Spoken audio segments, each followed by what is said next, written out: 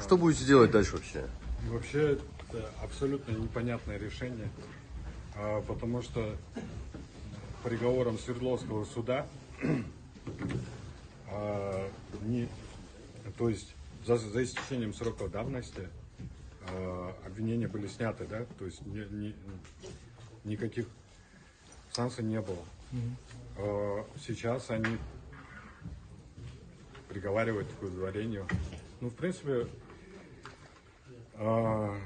понятно, что это мелкая месть, да. По другим статьям, естественно, у них никаких доказательств нету.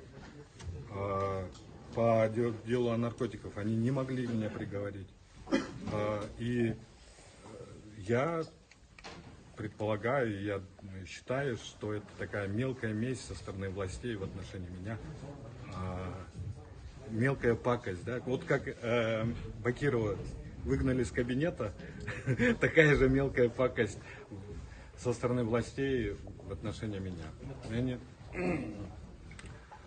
Приговор же вступает в силу немедленно, да, после оглашения? Как теперь, что будет? Ну, я не знаю, где сотрудники МВД, которые меня сейчас будут выдворять, или как эта процедура происходит, выдворение, да, или дают мне 3 дня, или сколько времени мне дадут для того, чтобы я выехал из страны.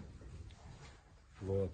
То есть вы выйдете за свой счет, что ли, или за счет государства? Как? Без понятия, то есть приговор, ну, я не знаю, как они. Я думаю, что мелкая пакость будет исполнена до конца, то есть, скорее всего, меня поведут там немедленно. Я не знаю, вот ребята стоят уже наготове. Я не знаю, предъявят они там свои удостоверения или нет. Проводят до границы или посадят на самолет, или что они сделают, я без понятия. То есть приговор сегодня будет исполнен. Да?